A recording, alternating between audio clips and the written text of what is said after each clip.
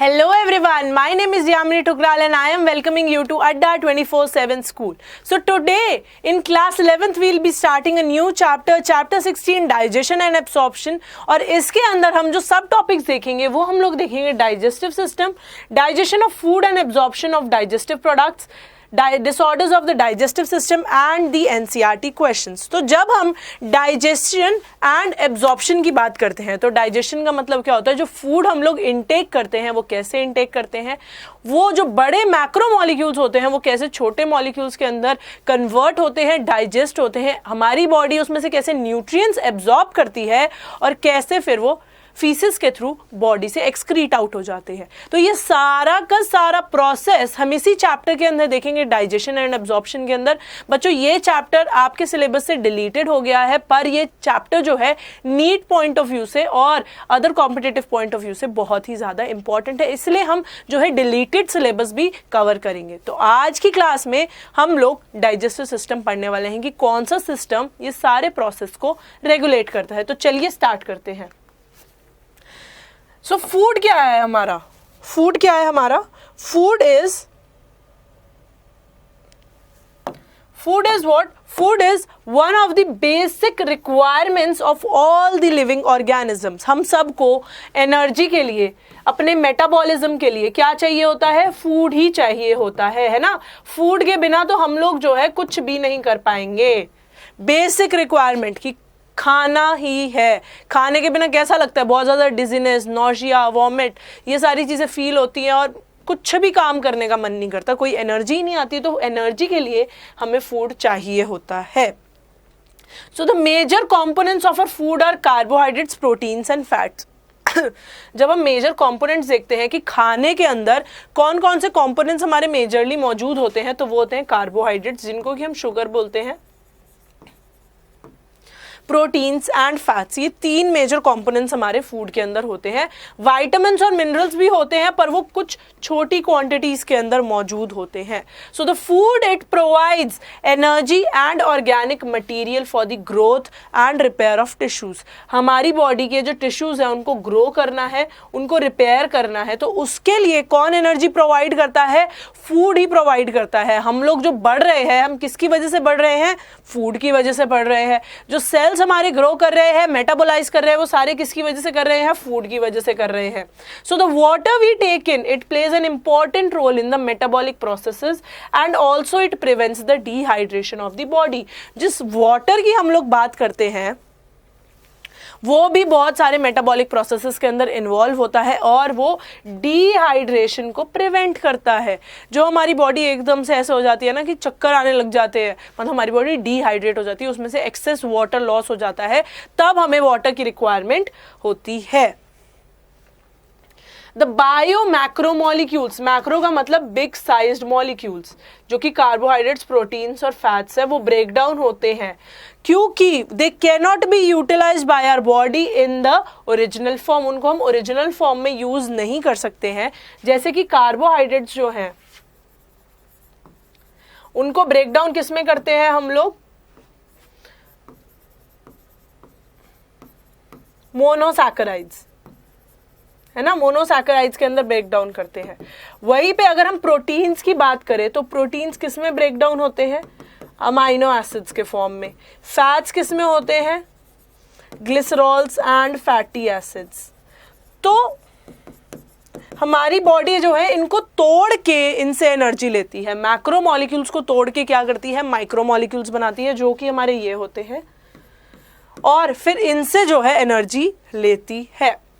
So this process of conversion of complex food substances into simple absorbable forms, it is known as digestion. तो digestion की हमें definition मिल गई है. क्या होता है? It is the conversion of complex food substances. Complex जो food substances है उनका conversion into simple absorbable form, मतलब body जिसको इस form में absorb कर पाती है. And it is carried out by our digestive system by mechanical and biochemical means. Mechanical कुछ movements की वजह से भी होता है और बायोकेमिकल की वजह से भी होता है, बायोकेमिकल मेथड्स की वजह से भी होता है.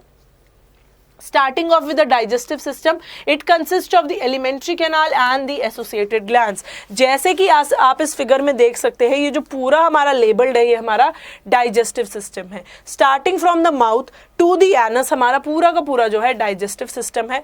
एलिमेंट्री कैनाल के साथ में जब ग्लैंड्स एसोसिएटेड होते हैं उनको हम लोग डाइजेस्टिव सिस्टम बोलते हैं. So the alimentary canal begins with an interior opening mouth, जो कि मैंने बताया कि एलिमेंट्री कैनाल किससे स्टार्ट करता है, बाय द माउथ, और ओपन्स क्या करता है, it opens posteriorly through the anus. Mouth से स्टार्ट होके एनस में पोस्टीरियरली ओपन आउट करता है. The mouth it leads to the buccal cavity और the oral cavity. The oral cavity has a number of teeth and muscular tongue. Mouth के अंदर देखो ये बक्कल कैविटी होती है या फिर ओरल कैविटी, जिसके अंदर ये टीथ होते हैं हमारे, ये वाले टीथ होते हैं ना, ये जिसको हम दिखा के कितने खुश होते हैं कि हाँ किसी के रैबिट टीथ है तो कितने अच्छे हैं, किसी के ऐसे हैं, किसी के वैसे हैं. तो ये टीथ और हमारी जो टंग है ये हमारी क्या बनाती है, बक्कल कैविटी बनाती है. टीथ और टंग हमारी बक्कल कैविटी बनाती है, जैसे कि आप इसके अंदर भी देख सकते हैं. The tooth it is embedded in a socket of jaw bone and this type of attachment is called thecodont. हमारे टीथ कैसे होते हैं, ये जॉज के अंदर एम्बेडेड होते हैं ना हमारे, ये ऊपर भी हैं और नीचे भी हैं. गम्स के अंदर हमारी टीथ है और वो जॉज के अंदर एम्बेडेड है, तो उस टाइप ऑफ टीथ को हम लोग क्या बोलते हैं, थीकोडॉन्ट. इस अटैचमेंट को हम लोग क्या बोलते हैं, thecodont arrangement. So the majority of mammals, including human beings, they form two set of teeth. ये हमें पता है हमारे दो सेट ऑफ टीथ आते हैं. सबसे पहले क्या आते हैं, टेम्परेरी या फिर मिल्क टीथ जिन्हें हम बोलते हैं, जो कि दूध के दांत बोला जाता है, और वो बाद में जो है टूट के क्या बनाते हैं, परमानेंट या फिर अडल्ट टीथ. तो जो पहले टेम्परेरी मिल्क टीथ होते हैं उन्हें हम लोग डेसिडुअस टीथ भी बोलते हैं. So this type of dentition it is called diphyodont. दो तरीके के टीथ के सेट आते हैं, मतलब डाई मतलब two types of teeth set आते हैं. तो इस अरेंजमेंट को हम लोग, दिस टाइप ऑफ डेंटेशन कहते हैं हम अरेंजमेंट ऑफ टीथ को. तो इस अरेंजमेंट को हम लोग क्या बोलते हैं, डाइफोडोंट, और इस अटैचमेंट को जो हमारे टीथ के उसे थीकोडोंट. तो हमारा थीकोडोंट हो गया and diphyodont. An adult human has 32 permanent teeth. किस किस के 32 permanent teeth आ गए हैं, किस किस के 28 है. 28 तो पहले हो जाते हैं, उसके बाद में 4 विजडम टूथ आते हैं ना. तो किस किस के 28 है और किस किस के 32 है, मुझे कमेंट सेक्शन के अंदर पता चलना चाहिए कि किसके 28 और किसके 32 हैं. सो 4 तरीके के हमारे जो है टीथ होते हैं. सबसे पहले इंसाइजस, फिर कैनाइन, फिर प्रीमोलास एंड मोलास. सो अगर 4 तरीके के टीथ है मतलब बहुत सारे हैं, तो हेट्रोडोंट. देखो हमारे टीथ की कितने सारे कैरेक्टरिस्टिक्स है. सबसे पहले थीकोडोंट, फिर डाइफोडोंट, फिर हेट्रोडोंट. कितने टाइप के होते हैं, इंसाइजस, कैनाइन्स, प्रीमोलास एंड मोलास. इंसाइजस जो हमारे आगे के 4 होते हैं, फिर कैनाइन्स जो आगे के ऐसे 2 होते हैं, फिर उसके बाद में प्रीमोलास होते हैं 2 इस साइड और 2 इस साइड, और फिर मोलार्स होते हैं हमारे 3 ऑन ईच साइड. सो क्या अरेंजमेंट हुआ हमारा, क्या अरेंजमेंट हुआ अगर हम एक साइड से देखें कि 2 हमारे इंसाइजस हैं एक साइड पे, एक कैनाइन है, 2 प्रीमोलार्स है और 3 मोलार्स है. तो 2 1 2 3 ये अरेंजमेंट हुआ है ना, यही अरेंजमेंट हुआ. तो वही इसके अंदर बताया है कि the arrangement of teeth in which half of the upper and of the lower jaw in order ICPMM it is represented by 2 1 2 3 by 2 1 2 3. ये एक साइड में है, लेफ्ट साइड का एक होगा और राइट साइड का एक होगा. तो तुम टोटल कर लो 32 ही मिलेंगे.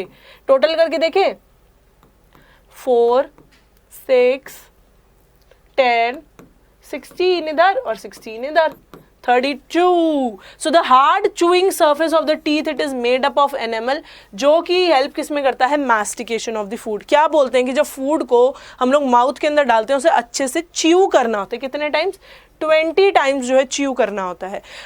जब फूड को हम लोग च्यू कर रहे होते हैं उसे अलॉन्ग विद सलाइवा क्या बोलते हैं, मैस्टिकेशन ऑफ फूड. और ये किस में, ये कौन करता है, एनामल मदद करता है. जो टीथ के जो सरफेस है, जो हार्ड चूइंग सरफेस है, वो एनामल से बना होता है. And it is the hardest substance in the human body, hardest substance होता है. The tongue it is a freely movable muscular organ. जो टंग है हमारी फ्रीली मूवेबल मस्कुलर ऑर्गन है, which is attached to the floor of the olar cavity by the frenulum. ये जो टंग के नीचे वाली अटैचमेंट है It is the frenulum. And the upper surface of the tongue, it has small projection called the papillae, some of which bear taste buds. हमारे taste buds टंग के ऊपर मौजूद होते हैं और टंग के नीचे क्या होता है, फ्रेनुलम होता है, जो कि उसे ओरल कैविटी से अटैच करता है. The oral cavity, it leads to a short pharynx. जो oral cavity है वो किस में प्रोजेक्ट करती है, into a short pharynx, जिसके अंदर जो कॉमन पैसेज होता है ऑफ फूड एंड एयर. उसके बाद में the oesophagus and the trachea, ये डिफरेंशिएट हो जाती है और फैरिंग्स से निकल जाती है. देखो ये हमारी फैरिंग्स है, फिर क्या होगा हमारा, फिर ईसोफेगस आ जाएगी यहाँ पे और यहाँ पे हमारी ट्रकिया आ जाती है. मतलब फैरिंग्स जो है वो आगे जाके डिफरेंशिएट हो जाती है into wind pipe and food pipe. Food pipe है हमारा ईसोफेगस, विंड पाइप है हमारा trachea. So a cartilaginous flap called the epiglottis prevents the entry of food into the glottis, which is the opening of the windpipe. Windpipe जो है glottis से covered होता है और glottis के ऊपर क्या होता है, हमारा epiglottis होता है. तो जब हम खाना अंदर खा रहे हैं तो हमारी बॉडी को कैसे पता चलेगा कि खाना हमारा फूड पाइप में जा रहा है. कहा विंड पाइप में भी तो जा सकता है ना. अब एक ही जगह से दो पाइप निकल रहे हैं तो कुछ ना कुछ ऐसा जो होगा, फ्लैप होगा, वॉल्व होगा, जिससे कि वो खाना प्रिवेंट हो जाए कि वो एयर विंड पाइप में ना जा पाए. तो एपिग्लॉटिस एक फ्लैप जो है मौजूद होता है विंड पाइप पे, जो कि प्रिवेंट करता है खाने को विंड पाइप के अंदर जाने से. The esophagus, it is a thin long tube which extends posteriorly passing through the neck, thorax and diaphragm.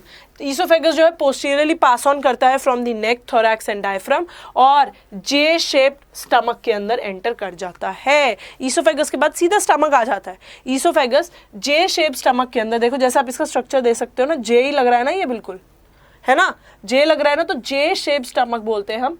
Esophagus posteriorly जो है उसके अंदर enter कर जाता है. किससे पास ऑन करता है, थॉरैक्स, डायफ्राम एंड नेक. यहां तक क्लियर हो गया डाइजेस्टिव सिस्टम. उसके बाद में muscular sphincter, gastro-oesophageal sphincter, it regulates the opening of oesophagus into the stomach. अब देखो बॉडी इतनी तेज है कि वो हर जगह पे स्फिंक्टर्स लगाती है कि कहीं भी कुछ भी बैकफ्लो ना हो, कहीं पे कुछ गलत चीज ना चली जाए. तो वैसे ही ईसोफेगस जब एंटर करता है स्टमक में, तो यहाँ पे एक ईसोफेगस स्फिंक्टर होता है, कार्डियोइसोफेजियल स्फिंक्टर होता है, गैस्ट्रोइसोफेजियल स्फिंक्टर होता है, जो कि ईसोफेगस को परमिट करता है कि सीधा स्टमक के अंदर खुले.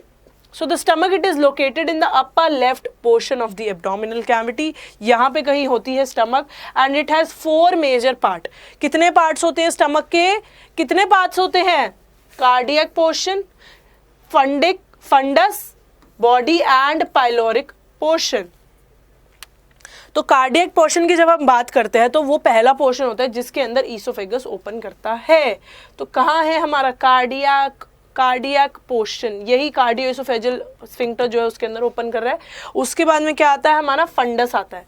उसके बाद में फंडस आता है, उसके बाद में बॉडी आता है जो कि मेन सेंट्रल रीजन होता है, और उसके बाद में पायरोलिक पोर्शन होता है जो कि स्मॉल इंटेस्टाइन की फर्स्ट पार्ट में खुल जाता है. ये रहा पाइलोरस और ये जो है डियोडेनम के अंदर खुल रहा है. सो द स्मॉल इंटेस्टाइन वो क्या होता है, सी शेप डियोडेनम से स्टार्ट होता है. 3 रीजन्स होते हैं स्मॉल इंटेस्टाइन में. कितने रीजन्स होते हैं हमारे, 3 रीजन्स होते हैं. स्टमक में कितने थे, 4 रीजन्स थे. जब हम स्मॉल इंटेस्टाइन से स्टार्ट करते हैं तो डियोडेनम से स्टार्ट करते हैं. जो पाइलोरस है वो डियोडेनम के अंदर आके ओपन करता है, पाइलोरिक रीजन. स्टमक से जो है डियोडेनम में ओपन करता है, वो एक सी शेप स्ट्रक्चर होता है. मिडल पोर्शन कौन सा होता है, जेजुनम होता है, और हाईली कोइल्ड इलियम. इलियम को आप देख सकते हो कितना ज्यादा कोइल्ड है, तो वो इलियम जो है आगे लार्ज इंटेस्टाइन में जाता है. So the opening of the stomach into the duodenum, इसके लिए भी एक स्फिंक्टर होना चाहिए. कौन सा स्फिंक्टर होगा, पाइलोरिक स्फिंक्टर. स्फिंक्टर के आगे उसी पोर्शन का नाम लगा दो जो लास्ट पोर्शन है. पाइलोरस से आ रही है तो pyloric sphincter. Then the ileum, it opens into the large intestine. Ileum जो है ओपन करता है into large intestine, जो कि large intestine के कितने पार्ट्स होते हैं, caecum, colon and rectum. Stomach के 4 पार्ट थे, है ना, cardiac portion, fundus, body and pylorus. फिर हमारा स्टमक स्मॉल इंटेस्टाइन में आई duodenum, ileum, jejunum, duodenum, jejunum and ileum. Ileum फिर जो है ओपन इन कर रही है इनटू द लार्ज इंटेस्टाइन, जिसके 3 पोर्शंस हैं, caecum, colon and rectum. So caecum क्या होता है? Caecum it is a small blind sac जो होस्ट करता है कुछ सिम्बायोटिक माइक्रो ऑर्गेनिजम्स को जो कि बेनिफिशियल होते हैं बॉडी के लिए, बेनिफिशियल टू बॉडी। सीकम देखो ये रहा सीकम। फिर उसके बाद में क्या आता है? A narrow finger tubular projection call the vermiform appendix. देखो ये ट्यूबुलर पोर्शन एक छोटा सा वर्मीफॉर्म अपेंडिक्स इसमें है जो कि वेस्टिजियल ऑर्गन है, जो कि वेस्टिजियल ऑर्गन है।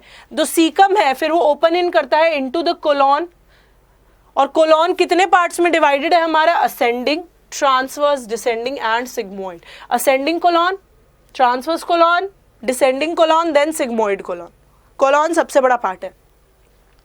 The descending part it opens it into the rectum जो कि आगे जाके एनस में प्रोजेक्ट कर जाता है।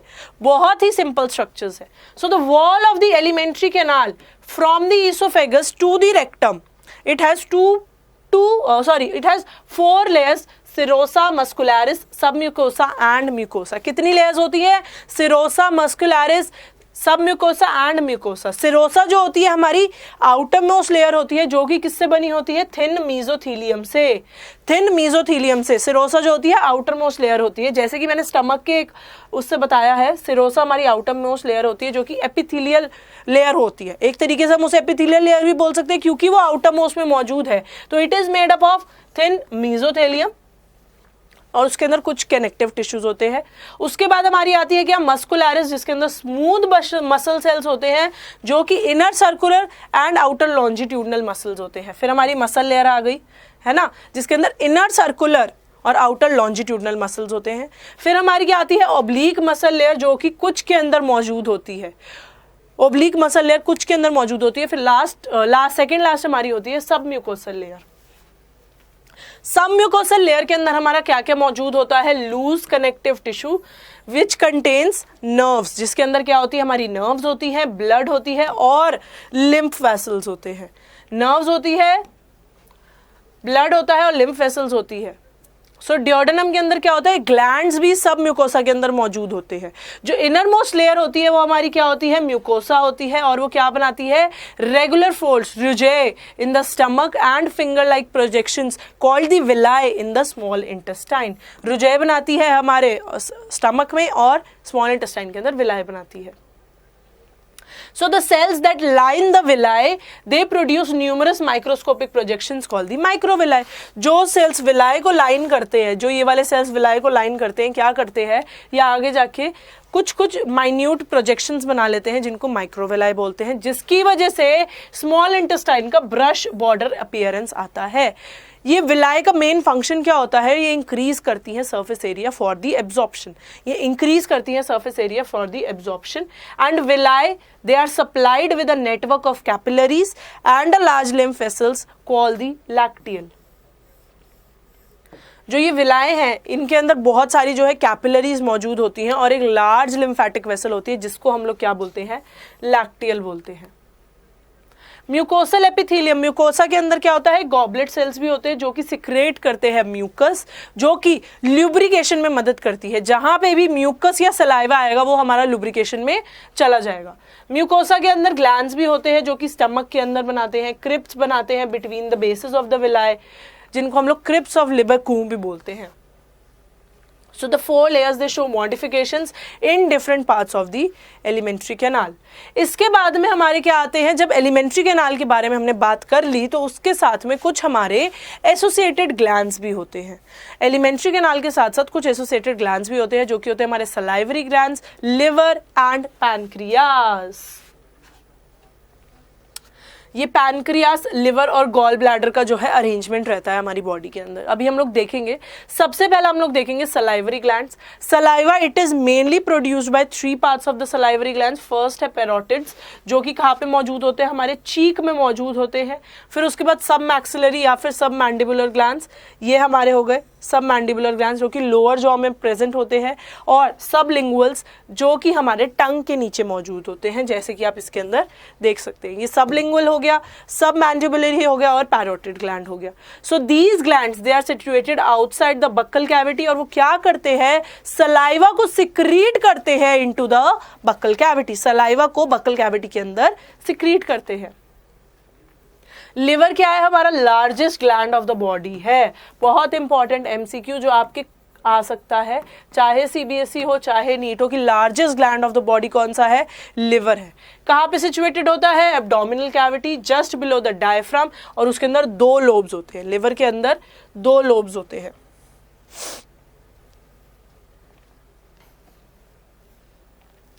Hepatic lobules are structural and functional units of livers which contain the hepatic cells. Liver के अंदर कौन से सेल्स होते हैं, हमारे हेपैटिक सेल्स होते हैं। कौन से सेल्स होते हैं, हेपैटिक सेल्स होते हैं। कितने लोब्स में डिवाइडेड होता है, 2 हेपैटिक लोब्यूल्स में डिवाइडेड होता है, और वो ही उसके जो है स्ट्रक्चरल और फंक्शनल यूनिट्स होते हैं। Each lobule it is covered by a thin connective tissue, जिसको हम लोग क्या बोलते हैं, ग्लिसन्स कैप्सूल बोलते हैं, ग्लिसन्स कैप्सूल बोलते हैं। So the bile secreted by the hepatic cell is passes through the hepatic duct and is stored and concentrated in a gallbladder. Gallbladder भी बेसिकली हमारी बॉडी में इतना कोई मेजर काम करता नहीं है, वो बाइल को स्टोर करता है। कि कई बार हम लोग बोलते हैं ना कि स्टोन्स जो है गॉल ब्लैडर के अंदर हो गए तो गॉल ब्लैडर रिमूव करवा दिया, उससे कोई प्रॉब्लम नहीं होती है, बस बाइल स्टोरेज की दिक्कत आती है। जो हेपैटिक सेल्स बाइल को सिक्रीट करते हैं वो स्टोर और कंसंट्रेट कहाँ पे होता है, हमारा गॉल ब्लैडर में होता है। So the duct of the gallbladder, जिसको हम लोग सिस्टिक डक्ट बोलते हैं, ये डक्ट फ्रॉम द लिवर आ रहे हैं, duct from the gallbladder, वो क्या करते हैं, हेपैटिक डक्ट के साथ क्या बनाते हैं, कॉमन बाइल डक्ट। जो लिवर से डक्ट आ रहे हैं और जो गॉल ब्लैडर से डक्ट आ रहे हैं, वो दोनों मिलके क्या बनाएंगे, कॉमन बाइल डक्ट। जो बाइल डक्ट और पैनक्रियाटिक डक्ट जो है साथ में डिओडेनम के अंदर एंटर करते हैं as the common hepato pancreatic duct, and which is guarded by a sphincter called the sphincter of Oddi. ये हमारा हेपैटोपैनक्रियाटिक डक्ट है, किससे बन रहा है, common bile duct and the pancreatic duct दोनों साथ में मिलकर क्या बनाते हैं, हेपैटोपैनक्रियाटिक डक्ट, जो कि स्मॉल इंटेस्टाइन के डिओडेनम में जाके ओपन होता है, विच is guarded by a sphincter called the sphincter of OD. यहाँ तक क्लियर है। इसके बाद में आता है हमारा पैनक्रियास, जो कि कंपाउंड होता है, इसके अंदर एक्सोक्राइन और एंडोक्राइन दोनों फंक्शन होता है, हार्मोन्स भी सिक्रीट करता है और डाइजेस्टिव एंजाइम्स भी सिक्रीट करता है। So it is an elongated organ which is situated between the limbs of the C shape duodenum. ये सी शेप डिओडेनम के लिम्स के बीच में होता है। एक्सोक्राइन पोर्शन क्या सिक्रीट करता है, पैनक्रियाटिक जूस, जिसके अंदर एंजाइम्स होते हैं, और एंडोक्राइन पोर्शन हार्मोन सिक्रीट करता है, इंसुलिन एंड ग्लूकागॉन। सो एक बारी हम लोग डाइजेस्टिव सिस्टम पूरा देख लेते हैं, alimentary canal along with the digestive glands. So alimentary canal की स्टार्टिंग कहाँ से होती है, एलिमेंट्री कैनाल की स्टार्टिंग होती है हमारे माउथ से, एंड होता है इन द एनस। जब हम माउथ से स्टार्ट करते हैं तो माउथ में हमारी क्या होती है, बक्कल कैविटी, उसके अंदर नंबर ऑफ टीथ होते हैं और एक मस्कुलर टंग होती है। टंग किसके थ्रू जो है, बेस से अटैच होती है बाय द फ्रेनिलम, और जो हमारे टूथ हैं वो एम्बेडेड होते हैं इन द जॉ बोन, जिसको हम लोग क्या बोलते हैं, थीकोडॉन्ट। सो परमानेंट हमारे जो है टीथ के जो है 2 सेट आते हैं, एक तो जो हमारे टेम्परेरी मिल्क टीथ होते हैं जिनको हम लोग डेसिडुअस टीथ भी बोलते हैं, और दूसरा सेट आता है हमारा परमानेंट टीथ का। तो 2 टीथ के सेट आते हैं, मतलब हम डायफोडोंट होते हैं। 32 परमानेंट टीथ होते हैं, जिसके अंदर हमारे कितने होते हैं, 2 इंसाइजर्स, 1 कैनाइन, 2 प्रीमोलार्स एंड 3 मोलार्स, और 4 तरीके के टीथ होते हैं, तो इसे हम लोग हेट्रोडोंट भी बोल सकते हैं। सो क्या करता है हमारा टीथ जो है, it has the strongest material enamel, जो कि मैस्टिकेशन ऑफ फूड में मदद करता है, मतलब chewing of the food along with the saliva. और मूवेबल मैंने मस्कुलर ऑर्गन बता दिया, टंग फ्रेनिलम से अटैच होता है, और उसके अपर सरफेस पे टेस्ट बड्स होते हैं। जो हम बोलते हैं ना, हमें खट्टा लग रहा है, कड़वा लग रहा है, मीठा लग रहा है और नमकीन लग रहा है, वो सारा हमारे टेस्ट बड्स होते हैं। 4 टेस्ट बड्स होते हैं, bitter, sour, salty and sweet, ये 4 हमारे टेस्ट बड्स होते हैं। देन उसके बाद में एलिमेंट्री कैनाल जब स्टार्ट होता है, सबसे पहले माउथ के बाद आता है फेरिंग्स, जो कि कॉमन पोर्शन होता है for the air and the food passage. फिर वो बाइफरगेट होता है into two, trachea and oesophagus. Trachea हमारा एयर वाला पोर्शन होता है, ईसोफेगस हमारा मेन इंटरेस्ट है एलिमेंट्री कैनाल के लिए। तो अब कैसे खाने को पता चलता है कि मैंने ईसोफेगस के अंदर जाना है, क्योंकि एपिग्लॉटिस नाम का फ्लैप होता है ट्रैकिया के ऊपर, जो कि वहां पे खाने को नहीं जाने देता है।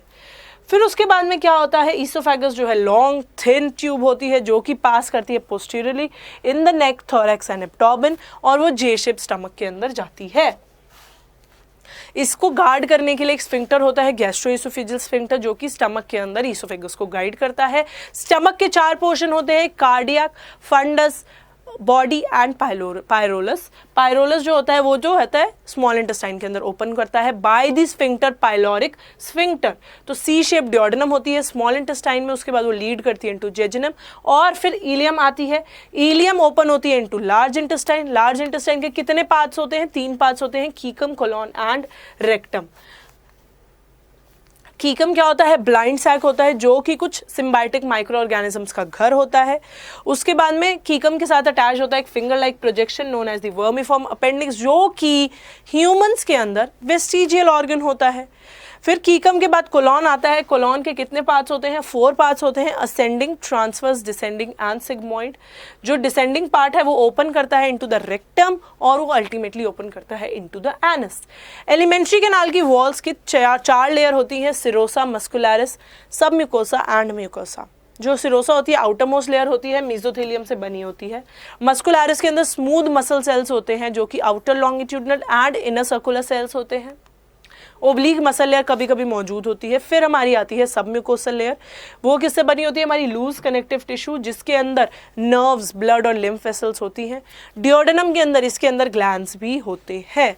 सबसे इनर मोस्ट लेयर होती है म्यूकोसा, जो कि इर्रेगुलर फोल्ड्स बनाती है in the stomach called the rugae, और स्मॉल इंटेस्टाइन के अंदर क्या बनाती है, स्मॉल प्रोजेक्शंस, विलाई। विलाई क्या करती है, माइक्रोस्कोपिक प्रोजेक्शंस में और ज्यादा तब्दील हो जाती है, जिसको हम लोग क्या बोलते हैं, ब्रश बॉर्डर्ड एपिथेलियम, और माइक्रोविलाई बना लेती है। So villi they are supplied with a network of capillaries, जिसके अंदर एक लार्ज लिम्फ वेसल होती है, जिसको हम लोग क्या बोलते हैं, लैक्टियन। म्यूकोसल एपिथेलियम के अंदर क्या होता है, गॉबलेट सेल्स होते हैं, जो कि म्यूकस को सिक्रीट करते हैं, जो कि ल्यूब्रिकेशन में मदद करते हैं। ये म्यूकोसा जो लेयर है ये ग्लैंड्स भी बनाती है इन द स्टमक, जिसको हम लोग गैस्ट्रिक ग्लैंड्स बोलते हैं, और क्रिप्स बनाती है in the between of villi, जिसको हम लोग क्रिप्स ऑफ लिबकू बोलते हैं। उसके बाद में आते हैं हमारे डाइजेस्टिव ग्लैंड्स। डाइजेस्टिव ग्लैंड के अंदर बेसिकली कौन कौन से होते हैं, salivary, liver and pancreas. Salivary glands हमारे 3 होते हैं, पेरोटिड जो कि चीक्स में होते हैं, सब मैक्सिलरी या फिर मैंडिबुलर जो कि लोअर जॉ में होते हैं, और सबलिंगुअल जो कि बिलो द टंग सिचुएटेड होते हैं। So these glands they are situated outside the buccal cavity, but जो सलाइवा ये प्रोड्यूस करते हैं वो इनसाइड द बक्कल कैविटी होता है। लिवर जो होता है लार्जेस्ट हमारा ग्लैंड होता है बॉडी में, एब्डोमिनल कैविटी में मौजूद होता है। इसके जो फंक्शनल और स्ट्रक्चरल यूनिट होते हैं वो होते हैं हेपेटिक लोब्यूल्स। 2 लोब्यूल्स के अंदर डिवाइडेड होता है, और इसके अंदर जो सेल्स होते हैं हेपेटिक सेल्स होते हैं। हर लोब्यूल जो है थिन कनेक्टिव टिश्यू की एक लेयर से होता है, कवर्ड होता है, जिसे हम लोग क्या बोलते हैं, ग्लिसन्स कैप्सूल। और बाइल जो है वो सिक्रीट होता है बाय द हेपेटिक सेल्स, फिर वो स्टोर होता है in the gallbladder. So the duct of the gallbladder which is the cystic duct, वो हेपेटिक डक्ट के साथ मिलके क्या बनाता है, common bile duct. Bile duct जो है पैनक्रियाटिक डक्ट के साथ मिलके क्या बनाता है, हेपेटो पैनक्रियाटिक डक्ट, जो कि डियोडेनम के अंदर एंटर करती है through the sphincter of OD. Pancreas जो होता है कंपाउंड ग्लैंड होता है, जिसके अंदर एक्सोक्राइन और एंडोक्राइन दोनों फंक्शन होता है। जब हम एक्सोक्राइन की बात करें तो वो डाइजेस्टिव एंजाइम जो है वो सिक्रीट करता है, डाइजेस्टिव जूसेस, और एंडोक्राइन में क्या करता है, इंसुलिन और ग्लूकागॉन हार्मोन सिक्रीट करता है। So starting off with a question, the small intestine has 3 parts. The first part is called A. duodenum, B. esophagus, C. larynx या फिर D. none of these. Larynx हमारा voice box होता है। अगर हम लोग एलिमिनेशन मेथड से भी ये वाला क्वेश्चन करें ना बच्चों, तो भी बहुत इजी है। स्मॉल इंटेस्टाइन के कितने पार्ट्स होते हैं, 3 पार्ट्स होते हैं, डियोडेनम, जेजुनम एंड इलियम। तो फर्स्ट पार्ट कौन सा हुआ, A duodenum. Option A correct है, duodenum. Option A duodenum. Next, dash is the characteristic feature of epithelial cells of the intestine. जो इंटेस्टाइन के एपिथेलियल सेल्स होते हैं उसका क्या कैरेक्टरिस्टिक फीचर होता है? A glottis, B pilus, C polus या फिर डी माइक्रोविलाई। कौन से जो होती है चीजें वो इंटेस्टाइन का सरफेस एरिया बढ़ाती है? सरफेस एरिया की जब हम बात करें, surface area for absorption of food, कौन से स्ट्रक्चर्स बढ़ाते हैं? इनर फोल्डिंग्स कॉल दी विलाई, और विलाई से माइक्रो प्रोजेक्शंस निकलती हैं, कौन सी? माइक्रोविलाई। तो कौन सा ऑप्शन करेक्ट होगा? कौन सा ऑप्शन करेक्ट होगा? Option D microvilli. Option D microvilli. वो क्या होते हैं? प्रोजेक्शंस होती हैं जो कि विलाई के थ्रू जो है माइक्रोस्कोपिक प्रोजेक्शंस निकलती हैं और वो इंक्रीज करती हैं द सरफेस एरिया और एक ब्रश बॉर्डर्ड जो है आप अपीयरेंस देती हैं to the intestine. In humans, the lacteals they are found in A. ileum, B. esophagus, C. ear या फिर D. none of these. Lacteals जो lymph vessels supplying the villi, यही होती है ना lacteals, the lymph vessels supplying the villi। तो ये villi हमारी कहाँ पे मौजूद होती है? small intestine में। तो लैक्टियल्स इनडायरेक्टली इंटेस्टाइन, तो लैक्टियल्स इनडायरेक्टली हमारे कहाँ मौजूद होंगे? इलियम, क्योंकि इलियम किसका पार्ट है? स्मॉल इंटेस्टाइन का। कितने पार्ट है स्मॉल इंटेस्टाइन के? Duodenum, jejunum and ileum. तो ऑप्शन ए करेक्ट है, lacteals they are found in the ileum. Next question, name the glands associated with the human digestive system. कौन कौन से ग्लैंड्स एसोसिएटेड होते हैं? Salivary and pancreas, salivary glands and liver, liver and pancreas या फिर D salivary glands, liver and pancreas. अभी हमने देखा डाइजेस्टिव ग्लैंड्स हमारे कौन कौन से थे? Option D salivary glands. कितने टाइप के सलाइवरी ग्लैंड्स होते हैं? पैरोटिड, सब मैक्सिलरी या फिर मैंडिबुलर और लिंगुअल, है ना? यही थे ना हमारे जो तीन थे, सबलिंगुअल। और लिवर भी था, लिवर क्या कर रहा था? बाइल प्रोड्यूस कर रहा था। और पैनक्रियास क्या कर रहा था? एक्सोक्राइन और एंडोक्राइन दोनों ही फंक्शन कर रहा था। तो ऑप्शन डी करेक्ट है, salivary glands, liver and pancreas. So the next question is in which part of the body digestion of protein begins. जब हम प्रोटीन की बात करते हैं तो उसका डाइजेशन हमारे माउथ में नहीं होता, माउथ में हमारा कार्बोहाइड्रेट का स्टार्ट होता है। तो जब हम डाइजेशन की बात कर रहे हैं प्रोटीन की, वो होता है हमारा स्टमक में। स्टमक क्या सिक्रीट करता है? पेप्सिन, जो कि प्रोटीन्स पे जाके एक्ट करता है। तो प्रोटीन्स का कहाँ पे डाइजेशन शुरू होता है? स्टमक में। तो बच्चों ये था हमारा डाइजेस्टिव सिस्टम के बारे में। नेक्स्ट लेक्चर के अंदर हम लोग डाइजेशन ऑफ द फूड देखेंगे एंड एब्जॉर्प्शन भी देखेंगे। तो अगर आपको मेरी वीडियो पसंद आई है, ये लेक्चर पसंद आया है, तो लाइक करना है, वीडियो को शेयर करना है और सब्सक्राइब करना है अड्डा 24/7 स्कूल के चैनल को। मिलते हैं नेक्स्ट लेक्चर के अंदर जिसके हम लोग डाइजेशन का प्रोसेस देखेंगे। Till then bye bye and take care.